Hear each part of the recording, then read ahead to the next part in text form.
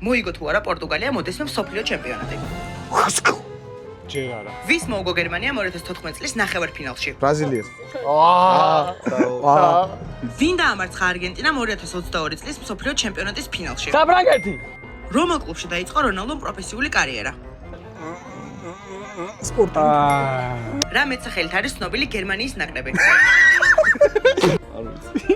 არ ვარ გერმანიის ფანი. არც ვიდაზო. მანქანები. რამდენი მსოფლიო ჩემპიონატი აქვს მოგებული არგენტინას? სამი. რომელ ფეხბურთელს ეძახიან ლა პულგას? მესის. დამასტერი. ლა პულგა. რას ეძახიან ბრაზილიურ ფეხბურთის სტილს? ჯოგა ბონიტო. სამბას ცეკვას ხო? რომელი ტიტული მოიგო პორტუგალიამ 2016 წელს?